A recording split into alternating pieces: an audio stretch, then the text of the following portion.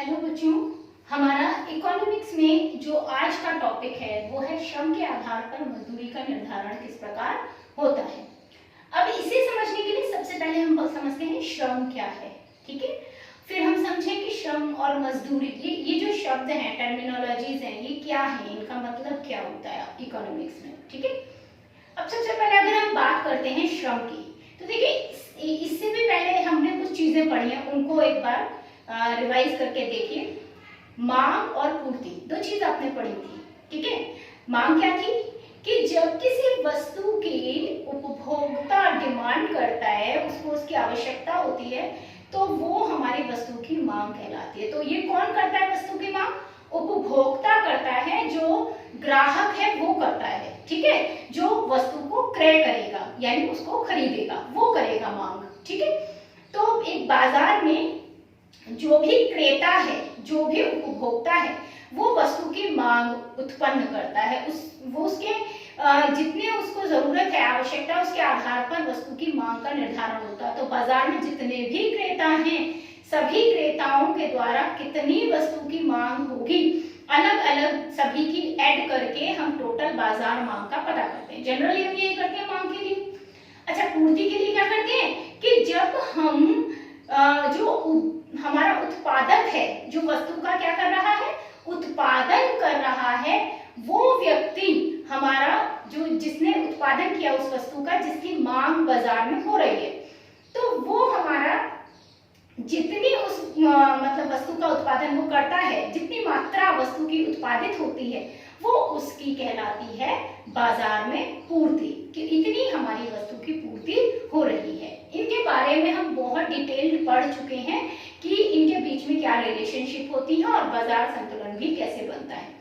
श्रम जो होता है, श्रम का मतलब है हमारा, श्रम तो आप सभी लेबर इंग्लिश में कहते हैं, और श्रम का अर्थ है जितना काम किया जाता है। तो कोई भी वस्तु है वो अपने आप तो उत्पादित नहीं होगी, उसको उत्पादित करने के लिए चाहे हम उसे मशीनों से बना रहे हैं, लेकिन उस मशीन को चलाने के लिए भी हमको व्यक्तियों की आवश्यकता होती है, आदमी चाहिए उसके लिए जो उस मशीन को चलाएंगे। अगर हाथ से बना रहे हैं तो हाथ से बनाने के लिए भी हमें कारीगर यानी व्यक्तियों की आवश्यकता होती है। ये जो व्यक्ति है जो काम करता है, वस्तु का उत्पादन करता है, ये व्यक्ति कहलाते हैं श्रमिक, क्योंकि ये क्या कर रहे हैं, ये वस्तु का उत्पादन कर रहे हैं, ठीक है। तो जो हमारा उद्यमी है, जो हमारा साहसी है, उद्यमी है, जिसने फर्म की स्थापना की है, जिसने उस उद्योग को स्थापित किया है, उस वस्तु के उत्पादन का बीड़ा उठाया है, वो व्यक्ति तो हमारा उद्यमी है, ठीक है। वो स्वयं उस वस्तु का उत्पादन अकेले नहीं कर सकता, करेगा तो वो थोड़ी सी ही वस्तुएं बना पाएगा। अगर उसे एक बाजार लेवल पर वस्तुओं का उत्पादन करना है तो उसे और भी बहुत से लोगों की आवश्यकता होती है, ठीक है। तो हमारे जितने हमने उत्पादन के कारक पढ़े थे, उनमें एक प्रमुख कारक हमने पढ़ा था श्रमिक, ठीक है, पढ़ा था ना। तो जो हमारा श्रमिक था, श्रमिक क्या था, वो व्यक्ति जो उस वस्तु का उत्पादन करेगा, ठीक। अब श्रम की मांग आए और श्रम की पूर्ति, ये जो दो शब्द आते हैं, श्रम की मांग और श्रम की पूर्ति, ये क्या है? देखिए, एक वस्तु की मांग उपभोक्ता तय करता है, ठीक है ना, अभी बता रही हूं मैं और पहले भी आप पढ़ चुके हैं, ठीक है। तो एक वस्तु की मांग कौन उत्पन्न कर रहा है? एक उपभोक्ता कर रहा है, एक खरीदार क्रेता कर रहा है। लेकिन श्रम की मांग कौन उत्पन्न करेगा? उत्पादक। क्यों? क्योंकि वस्तु का उत्पादन किसको करना है? उत्पादक को, ठीक है। तो श्रम की मांग भी वही करेगा, क्योंकि उसी को श्रमिकों की आवश्यकता है। तो जितनी वस्तु का उत्पादन वो करना चाहता है, उसी हिसाब से उसको उतने ही मजदूरों की आवश्यकता होगी। लेकिन एक बात यहाँ पर बहुत जो समझने वाली है वो ये कि वो भी उतनी ही वस्तुओं का उत्पादन करना चाहेगा जितनी उस वस्तु की बाजार में मांग होगी। यानी श्रम की जो मांग है वो वस्तु की बाजार मांग पर ही आधारित होगी, उसी पर निर्भर करेगी। अगर वस्तु की बाजार में मांग कम है तो उत्पादक भी कम श्रमिक चाहेगा, क्योंकि उसे ज्यादा वस्तु का उत्पादन नहीं करना। जब मांग ही कम है, बाजार में बिकेगी ही कम, तो वो पूर्ति क्यों करे इतनी, ठीक है ना। नहीं तो अधिक पूर्ति की स्थिति आ जाएगी, उसे हानि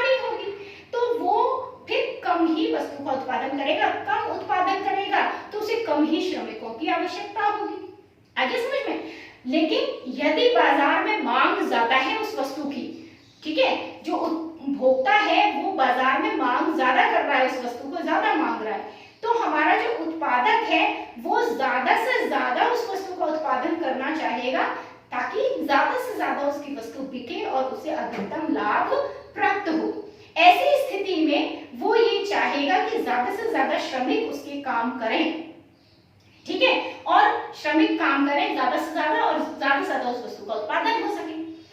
तो ऐसी स्थिति में श्रम की मांग बढ़ जाएगी। तो पहली बात तो ये क्लियर हो जाती है कि हमारे वस्तु की मांग कौन करेगा, उपभोक्ता करेगा, ठीक है ना, वस्तु की मांग कौन करता है, उपभोक्ता करता है, और श्रम की मांग कौन करेगा, उत्पादक करेगा। तो देयर इज अ डिफरेंस, ठीक। दूसरा, श्रम की पूर्ति कौन करेगा, ठीक। अब श्रम की पूर्ति कौन करेगा, जो व्यक्ति बाजार में काम की तलाश में है वो लोग उस श्रम की पूर्ति करेंगे, ठीक है ना, क्योंकि वो जिनको काम करना है, जिनको पैसे की आवश्यकता है, जिनको कुछ काम के बदले पैसा चाहिए या किसी भी प्रकार का मूल्य चाहिए, वो लोग उस उत्पादक के पास जाएंगे और उसके काम में उसकी मदद करेंगे, वस्तु के उत्पादन में उसको हेल्प करेंगे, उसके साथ मिलकर काम करेंगे और बदले में वो उत्पादक उनको उसकी बदले में मूल्य देगा, ठीक है, और उसी मूल्य को हम कहेंगे मजदूरी। तो मजदूरी क्या है, श्रम की सेवा के लिए दिया गया मूल्य। ये प्रोफेसर मार्शल के कथन में हम लोग समझते हैं, ये जो डेफिनेशन है ये मार्शल की दी हुई डेफिनेशन है कि श्रम की सेवा के लिए जो दिया गया मूल्य है या कीमत है वो मजदूरी यानी कि हमारी वेज कहलाती है, जो श्रमिकों को दी जाती है उनके श्रम के बदले। अब यहाँ अर्थशास्त्र में जो हम निश्चित करते हैं वो वास्तव में हम श्रमिक नहीं, हम श्रमिकों की संख्या से हमें कोई लेना देना नहीं होता, हमें मतलब होता है श्रम से। श्रम मतलब घंटे, कितने घंटे काम हुआ, ठीक है, और कितनी वस्तुओं का उत्पादन हुआ, ठीक। यानी अगर हमारे पूरे दिन में, ठीक है, अकेला एक ही श्रमिक लग रहा है लेकिन वो 12 घंटे काम कर रहा है, ठीक, और मान लीजिए हमारे एक दूसरी फर्म है जिसमें 2 श्रमिक लग रहे हैं और 2 श्रमिक 6-6 घंटे काम कर रहे हैं, तो उनका 2 श्रमिकों का 6-6 घंटे का काम उस अकेले एक मजदूर के 12 घंटों के बराबर है, ठीक है। तो we don't care about the number of labourers, जितने भी मजदूर हैं उन कितने हैं इस पे हम लोग ध्यान नहीं देते हैं। अर्थशास्त्र में हम ध्यान देते हैं कि हमारी मजदूरी के घंटे कितने हैं, श्रम के घंटे कितने हैं, काम कितने घंटे हो रहा है, कितनी वस्तुओं का उत्पादन हो रहा है। अगर एक वस्तु 1 घंटे में बन रही है तो 12 घंटे में 12 वस्तुएं बन रही हैं, चाहे वो 1 मजदूर बनाए, चाहे वो 2 मजदूर बनाए, चाहे वो 4 मजदूर बनाए, ठीक है, चाहे वो 4 मजदूर 3-3 घंटे काम करके बनाए, चाहे 2 मजदूर 6-6 घंटे काम करके बनाए, चाहे हमारा एक मजदूर अकेले 12 घंटे काम करके बनाए, लेकिन वस्तु अगर हमारी 12 बन रही हैं प्रति घंटे, एक वस्तु के हिसाब से 12 घंटे में अगर हमें 12 वस्तुएं बनकर मिल रही हैं तो हमारे लिए तीनों बराबर हैं, ठीक है। तो जो हमारा मजदूर है जो 3 घंटे काम कर रहा है उसकी मजदूरी, जो 12 घंटे काम कर रहा है उसकी मजदूरी और जो 6 घंटे काम कर रहा है उसकी मजदूरी इक्वल नहीं होगी, ठीक है। जो 3 घंटे काम कर रहा है उसे 3 घंटे के हिसाब से मजदूरी मिलेगी, जो 6 घंटे काम करेगा उसे 6 घंटे के हिसाब से मजदूरी मिलेगी, जो 12 घंटे काम करेगा उसे 12 घंटे के हिसाब से मजदूरी मिलेगी। ऐसा नहीं है कि तुमने 12 वस्तुएं उत्पादित की तो तुम्हारी मजदूरी बराबर हो जानी है, ऐसा नहीं है, ठीक है ना। तो 12 वस्तुएं आपने 12 घंटे बनाई, लेकिन अगर 3 मजदूरों ने मिलकर बनाई तो वो मजदूरी 3 लोगों में बटेगी ना, और अगर 2 लोगों ने मिलकर 6-6 घंटे काम करके बनाई है तो वो मजदूरी 2 लोगों में बढ़ जाएगी, 2 श्रमिकों में बढ़ जाएगी, और अगर एक अकेले ने की है तो वो पूरी की पूरी उसी अकेले को मिल जाएगी। आगे समझ में? तो मजदूरी जो होती है वो बेसिकली हमारी क्या है, श्रम घंटों की मात्रा से संबंधित रहती है, ठीक। तो हम कभी भी जब पूर्ति की बात करते हैं हम श्रमिक की नहीं, हम श्रम घंटों की मात्रा को देखते हैं कि हमारे श्रम के कितने घंटे हुए। आगे समझ। द नेक्स्ट पॉइंट, अब हम आगे आते हैं कि हमें ये तो पता है श्रम की मांग क्या है, श्रम की, और देखिए श्रम की मांग मैंने बताया एक स्पेशल जो पॉइंट है जिस पर वो निर्भर है वो है वस्तु के बाजार में मांग कितनी है। इसके अलावा और बहुत सारे पॉइंट्स हैं, लेकिन वो सभी पॉइंट वस्तु की मांग वाले ही हैं। हमने पहले पढ़ चुके हैं कि वस्तु की मांग को प्रभावित करने वाले कारक कौन से होते हैं। मौसम होता है, क्वालिटी होती है ना, वस्तु की कितनी अच्छी गुणवत्ता है, ज्यादा अच्छी गुणवत्ता है तो ज्यादा लोग खरीदेंगे, कम गुणवत्ता है तो कम लोग खरीदेंगे, ठीक है। उसकी कीमत कितनी है वस्तु की, मौसम के अकॉर्डिंग, क्योंकि बहुत सी वस्तुएं हैं जो मौसम के अकॉर्डिंग खरीदी जाती हैं, जैसे सर्दी है तो सर्दी के कपड़े होंगे, गर्मी है तो गर्मी के कपड़े होंगे। बहुत सी वस्तुएं हैं जो स्थानापन्न वस्तुएं होती हैं, जैसे ये वस्तु महंगी है तो उसकी जगह उसकी रिप्लेस होकर के दूसरी वस्तु खरीद ली जाती है।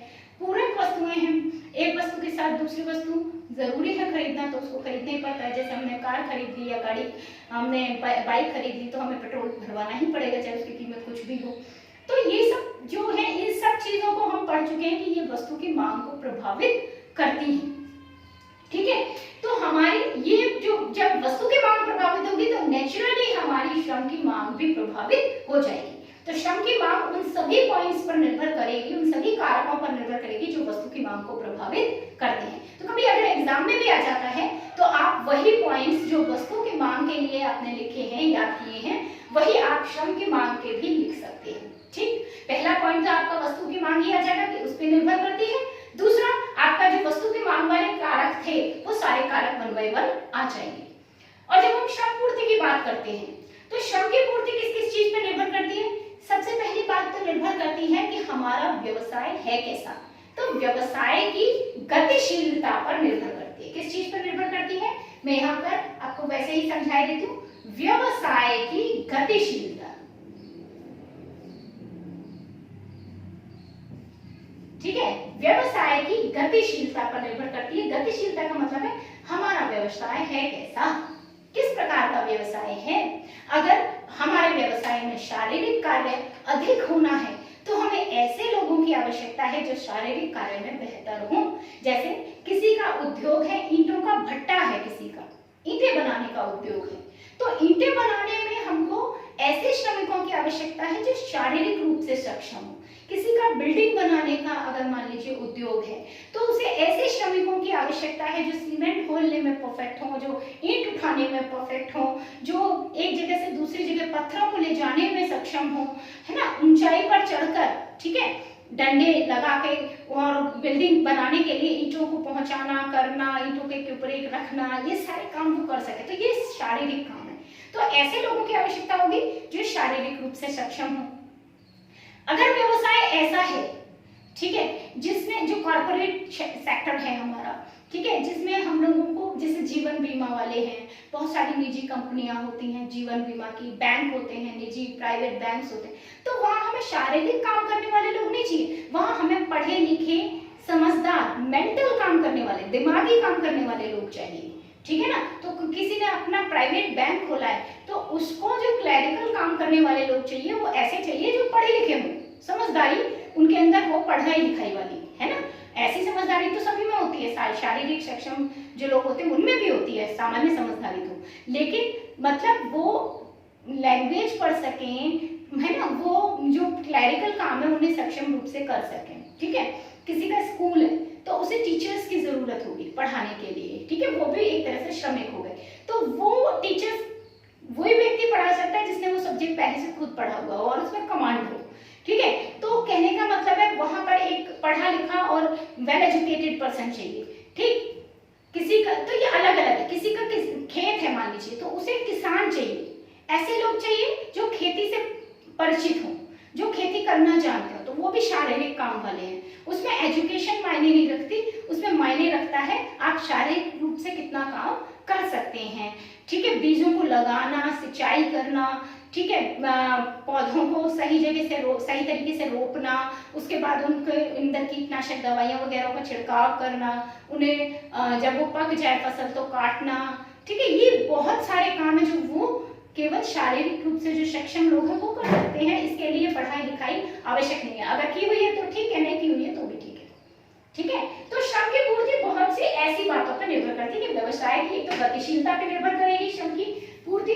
दूसरा पॉइंट जो श्रम की पूर्ति निर्भर करती है हमारे, वो निर्भर करती है हमारी श्रम, जो हमारा व्यवसाय है उसकी गतिशीलता के साथ साथ हमारी, और जैसे श्रम की गतिशीलता हमारे, जो हम कहाँ, मतलब वो जो उद्योग है वो कहाँ स्थापित है,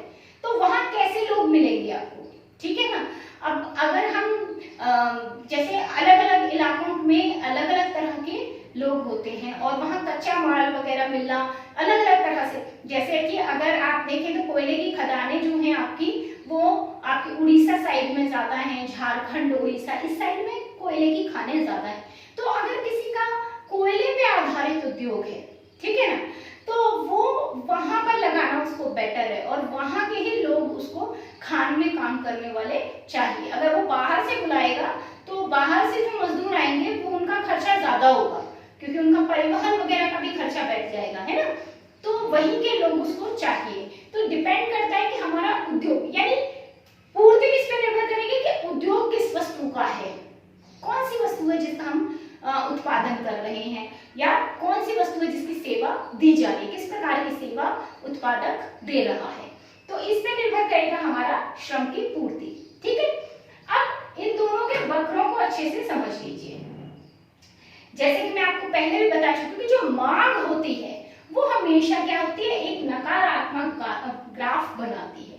देखिए, श्रम की मांग अगर ज्यादा है, ठीक है, तो अगर श्रम की मांग ज्यादा होगी तो निश्चित रूप से मजदूरी भी ज्यादा होगी, ठीक। आप जानते हैं, आपने पहले ये चीज पढ़ी हुई है कि यहाँ थोड़ा समझने वाली चीज है, श्रम की मांग कौन कर रहा है, उत्पादक कर रहा है, ठीक है, और श्रमिक उपलब्ध है, पूर्ति है, हमारी जो श्रमिक है वो पूर्ति कर रहे हैं, ठीक है। तो हमारी जो श्रम की मांग है जो उत्पादक ने की है, ठीक, उसे वस्तु का उत्पादन करना है, ठीक। अगर बाजार में उस वस्तु की मांग ज्यादा है तो जो उत्पादक है वो उत्पादक उस वस्तु के उत्पादन के लिए ज्यादा प्रेरित रहेगा, ज्यादा चाहेगा कि मेरी ज्यादा से ज्यादा वस्तु का उत्पादन हो ताकि बाजार में मैं उसे बेच सकूं और ज्यादा से ज्यादा लाभ कमा सकूं, क्योंकि उसकी मांग बाजार में बहुत ज्यादा है, ठीक है।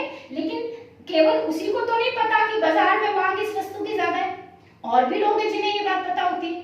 तो वो जो श्रमिक हैं, जो काम करने वाले हैं, उन्हें भी तो पता है ये बात।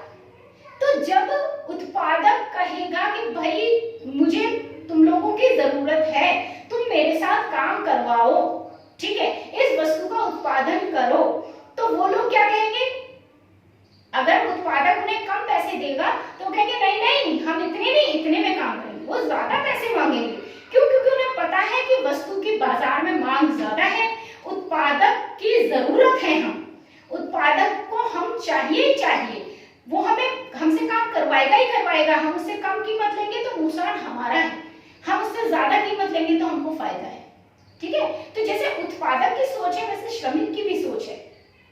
तो श्रमिक पैसे ज्यादा लेगा, ठीक है ना, यानी उसकी मजदूरी बढ़ेगी, ठीक है। तो बढ़ी हुई मजदूरी पे श्रमिक ज्यादा इच्छुक होगा काम करने का, ठीक। 3 फर्म है, एक एग्जांपल मैं देती हूँ, 3 फर्म है और तीनों फर्मों में अलग अलग, ठीक है, हमारा जो उत्पादक है, वस्तु एक ही है, एक ही वस्तु का उत्पादन तीनों फर्में कर रही हैं और उन्होंने अलग अलग मजदूरी देने का वादा किया है, ठीक है। प्रति घंटे एक मजदूर, एक जो फर्म है, पहली फर्म कह रही है, हमारी 3 फर्में मैंने बता दी आपको, 3 फर्में हैं, मान लीजिए हमारी पहली फर्म कह रही है कि हम 100 रुपए प्रति घंटे देंगे, 1 घंटा काम करोगे तो 100 रुपया देंगे, ठीक है। दूसरी फर्म कह रही है कि हम 120 रुपए देंगे प्रति घंटे। तीसरी फर्म कह रही है कि नहीं भाई, हम तो 90 रुपए देंगे प्रति घंटे। जब मजदूर देखेगा तो वो कहाँ काम करना पसंद करेगा, बताओ जल्दी। वो काम करना पसंद करेगा जहां उसे 120 रुपए मिल रहे हैं। Is it clear?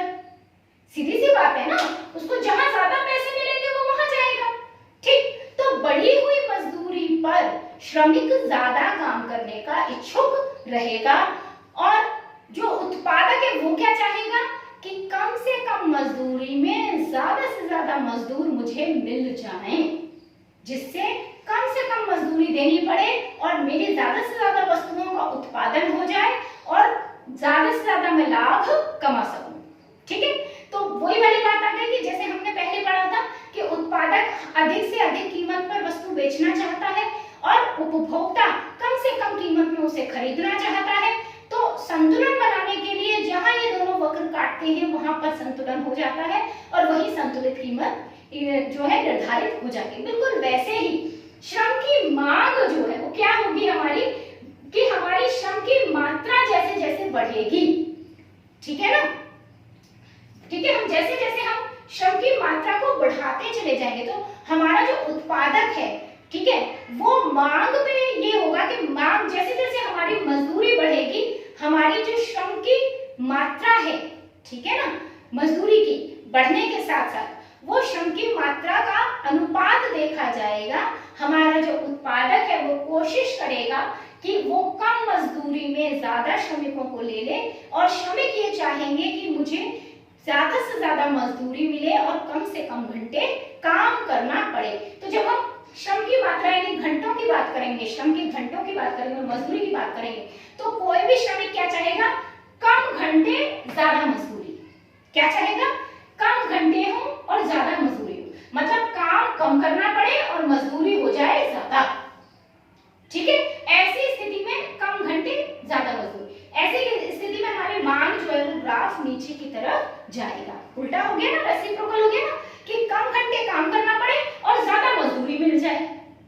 श्रम की मांग कुछ इस तरह होगी, तो हमारी कम घंटे काम करना पड़े, ज्यादा मजदूरी हो, इसलिए हमारा ग्राफ हमेशा क्या रहेगा, यानी अगर हमारी कम मजदूरी होगी, ठीक है, तो हमारा जो मतलब मजदूरी कम है तो कोई भी जो मजदूर है वो काम करना नहीं चाहेगा। बढ़े हुए घंटे पर ज्यादा घंटे और कम मजदूरी में कोई भी काम नहीं करना चाहेगा, कोई भी चाहेगा कि कम घंटे हो और मजदूरी उसे ज्यादा मिले। तो हमारा जो ग्राफ है वो कुछ इस तरीके से आएगा, ठीक है। अब हम दूसरी बात अगर बात करते हैं पूर्ति की, तो पूर्ति में देखिए उल्टा हो गया। ये ग्राफ आप पहले भी देख चुके हैं, मांग वक्र आप पहले से समझे हुए हैं कि मांग वक्र आपका नकारात्मक होता है। मांग वक्र के बारे में आप पहले से जानते हैं कि मांग वक्र जो हमारा होता है वो कैसा होता है, नकारात्मक होता है, नेगेटिव होता है, नीचे की तरफ उसका ढाल होता है। और जो पूर्ति होती है वो हमेशा ऊपर की तरफ होती है, उसका ढाल जो है वो हमेशा सकारात्मक होता है, ऊपर की तरफ ऐसे जाता है, ठीक है।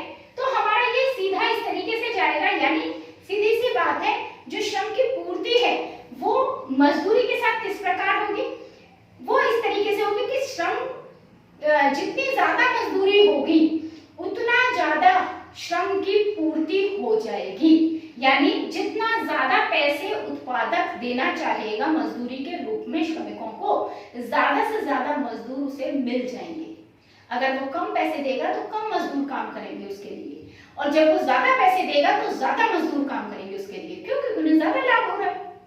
आगे समझ में, तो श्रम की पूर्ति मजदूरी बढ़ने पर बढ़ेगी, ठीक है, आगे समझ में, ठीक है। और यहाँ श्रम की मांग घटेगी, मतलब उत्पादक ज्यादा मजदूरी देना नहीं चाहेगा, ठीक है, श्रम ज्यादा मजदूरी पर वो काम नहीं करवाना चाहेगा श्रमिकों से, तो श्रम की मांग घटेगी जैसे जैसे मजदूरी बढ़ेगी। यहाँ जैसे जैसे मजदूरी बढ़ेगी श्रमिक ज्यादा काम करना चाहेंगे, तो ये सकारात्मक ग्राफ होगा, ये नकारात्मक ग्राफ होगा। जब इन दोनों ग्राफ को हम मिलाएंगे तो ये जिस बिंदु पर कट करेंगे वहां श्रमिक और उत्पादक संतुष्ट हो जाएंगे, दोनों बैलेंस हो जाएंगे कि हाँ ठीक है, इतने नहीं इतने सही है, ठीक है ना। तो दोनों के बीच में एक बैलेंस बन जाएगा कि अच्छा नहीं, तुम्हारी भी नहीं रही मेरी भी नहीं रही, इतने रुपए तुम मैं दूंगा, और मजदूर भी कह देगा ठीक है मैं भी इतने में काम कर लूंगा। आगे समझ में, जैसे मैंने ये जो एग्जांपल दिया, इसी एग्जांपल में एक और बात मैं जोड़ सकती हूँ, इसको कहते हैं अवसर लागत। मैं इसको समझा देती हूँ। एक्चुअल में क्या है कि देखो 100 रुपए प्रति घंटे हमारी पहली फर्म दे रही है, दूसरी फर्म 120 रुपए प्रति घंटे दे रही है, तीसरी फर्म हमारी 90 रुपए प्रति घंटे दे रही है। अब मैंने आपको पहले ही बताया कि उद्योग कहाँ स्थापित है, इस बात पर भी निर्भर करता है कि हमारा जो उद्योग है वो कहाँ पर, उद्योग की गतिशीलता कहाँ पर है, कि जहाँ हमारे कोयले की खानें, मान लीजिए कोयले का काम कर रहे हैं और कोयले की खानें हमारी झारखंड में है, और हम चाहते हैं बिहार के मजदूर वहां पहुंच जाए, या हम चाहते हैं मध्य प्रदेश के मजदूर वहां पहुंच जाए, ठीक है। तो मध्य प्रदेश का मजदूर वहां क्यों जाएगा, उसका घर मध्य प्रदेश में है, और वो झारखंड में जाके कोयले की खदान में काम क्यों करेगा, ठीक है ना। उसको ज्यादा मजदूरी मिलेगी तो करेगा, कम मिलेगी तो नहीं करेगा, क्योंकि जितने अगर उसे कम मिल रहा है, 90 रुपए मिल रहा है, मान लीजिए दूसरी वाली जो फर्म है मान लिया आपका मजदूर जो वो मथुरा का है, ठीक, और आपका जो मजदूर है वो मथुरा का है, और जो पहली फर्म है वो मथुरा में है, दूसरी फर्म है वो भी मथुरा में है, ठीक है, और दूसरी फर्म जो तीसरी फर्म है वो मथुरा में है, बिल्कुल नजदीक है, उसके घर की ज्यादा दूर नहीं है। पहली फर्म में थोड़ा दूर है बट वो भी है मथुरा में, और दूसरी फर्म है वो आगरा में, जो दूसरे नंबर वाली फर्म है वो आगरा में। अब वो 120 रुपए दे रहा है, लेकिन आगरा जाने का खर्चा वो भी तो हो गया ना, तो फिर वो मजदूर 120 रुपए में काम नहीं करेगा, फिर नहीं जाएगा वो दूसरे नंबर की फर्म में, क्योंकि उसका घर तो मथुरा में, वो आगरा जाके करेगा क्या, 120 रुपए कमाने के लिए जाएगा, उसमें से तो उसका आने जाने में खर्चा हो जाना है। आगे समझ में? तो अगर वो ज्यादा पैसे देगा उसको तो जाएगा, अगर ज्यादा पैसे नहीं देगा तो नहीं जाएगा, फिर तो वो ये सोचेगा मैं 90 रुपए महीना काम कर लूं, वो ज्यादा सही है, मथुरा में घर के पास, ठीक है, उसमें आपको अपना घर किराए पे नहीं लेना, क्योंकि जब आप आगरा जाएंगे, आगरा जाकर रहेंगे तो वहां आपको किराए पे मकान भी लेना पड़ेगा, सारे घर के जितने खर्चे हैं वो सब अलग से होंगे, तो आपका बचेगा क्या 120 रुपए में। इससे तो अच्छा 90 अपने घर के घर है, कम से कम दूसरी जगह जाकर खर्चा तो नहीं करना है, ठीक है। तो ये अवसर लागत कहलाती है इस तरीके से कि हमारा अवसर क्या कह रहा है, ठीक है। तो ये इस तरीके की स्थितियों को देखते हुए हमारा श्रमिक निर्णय लेता है कि उसको कहाँ मजदूरी करनी है, कहाँ पर श्रम करना है, किस उद्योग में जाना है, और उत्पादक भी श्रमिक को इसीलिए उनकी एक स्पेशल कभी कई बार क्या होता है कि जब उन्हें ज्यादा आवश्यकता होती है, श्रम की मांग ज्यादा हो जाती है, तो वो क्या करते हैं, श्रमिक को ललचाते हैं, अपनी ओर आकर्षित करते हैं। आकर्षित करने के लिए वो स्पेशल उनको कुछ ऑफर्स भी देते हैं कि तुम्हें इतने रुपए एक्स्ट्रा दे देंगे या बोनस दे देंगे, इस तरीके से, ठीक है।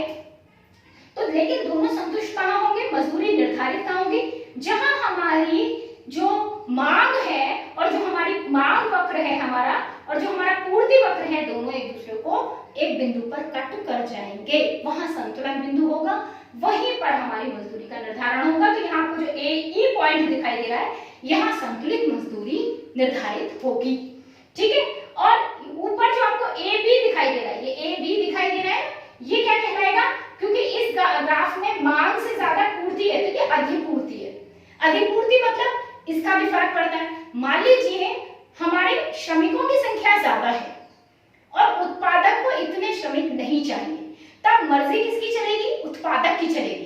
क्यों? क्योंकि जब श्रमिक इतने सारे हैं तो उत्पादक अगर उन्हें एक कीमत निर्धारित करेगा कि भाई मैं इतने रुपए दूंगा, अपने काम, मेरे यहाँ काम करना है तो करो। अगर वो मजदूर मना करता है तो उसके पास और दूसरे मजदूर हैं जिन्हें वो बुला सकता है, उनसे काम ले सकता है, तो वो तो उनको ये बात श्रमिक को भी पता है, तो इसलिए वो नहीं छोड़ के जाएगा, ठीक है। अधिपूर्ति की स्थिति में बात किसकी मानी जाएगी, उत्पादक की। क्यों? क्योंकि वो मजदूरी का निर्धारण करने के लिए सक्षम हो जाएगा, ठीक है।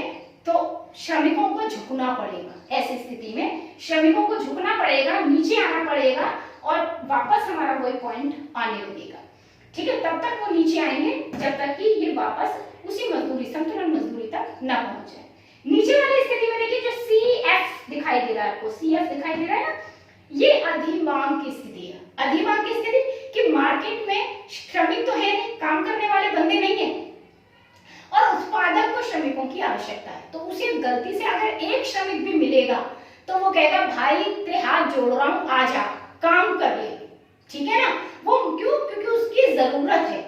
तो आप ये बात अच्छे से समझ लीजिए, it is the fact of life, ये जीवन का ही एक मूल मंत्र है कि हमेशा जहां आवश्यकता होती है, जरूरत होती है, वहां व्यक्ति हर तरह का समझौता कर लेता है, ठीक है ना। तो उत्पादक जो है वो खुद से समझौता करेगा कि नहीं भाई जब श्रमिक है ही नहीं है, मार्केट में पूर्ति हो ही नहीं श्रम की, ऐसी स्थिति में मुझे तो अपना काम करवाना है, मुझे तो वस्तु का उत्पादन कराना है, फर्म थोड़ी बंद करनी है, तो भाई श्रमिक जितने रुपए मांगेगा वो उतने रुपए उसको दे देगा और उससे काम लेगा, उससे काम करवाएगा।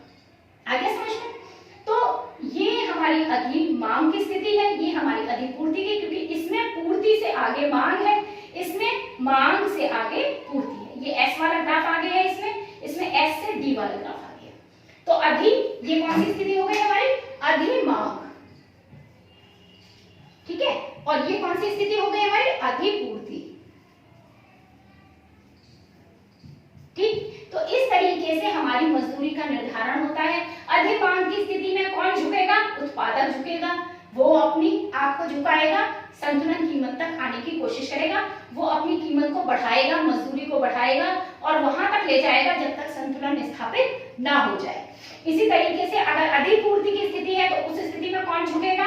श्रमिक झुकेगा, वो जितनी मजदूरी चाहता है उससे कम मजदूरी पर भी काम करेगा, क्योंकि उसे पता है अधिपूर्ति की स्थिति है, मेरे साथ साथ बहुत सारे श्रमिक बेरोजगार घूम रहे हैं, अगर मैंने ये काम नहीं किया तो वो दूसरे आदमियों को ले लेंगे और मैं खाली रह जाऊंगा, बेरोजगार रह जाऊंगा। इससे तो अच्छा जितने मजदूरी पे काम करने को बोल रहे हैं मैं उतने में काम करूँ। आगे समझ में? तो ये हो गया हमारा श्रम के आधार पर किस प्रकार मजदूरी का निर्धारण होता है। इसमें कहीं कोई भी समस्या हो जो आपको समझ में नहीं आ रहा है तो वो आप मुझसे पूछ सकते हैं, और अगर सब कुछ समझ में आ गया है तो अपना कॉपी वर्क बिल्कुल कीजिए उसको बराबर, ताकि आपको आगे के टॉपिक्स, क्योंकि हमेशा हर टॉपिक पिछले टॉपिक से थोड़ा रिलेटेड होता है, तो वो आपको समझ में आता जाए। Thank you so much.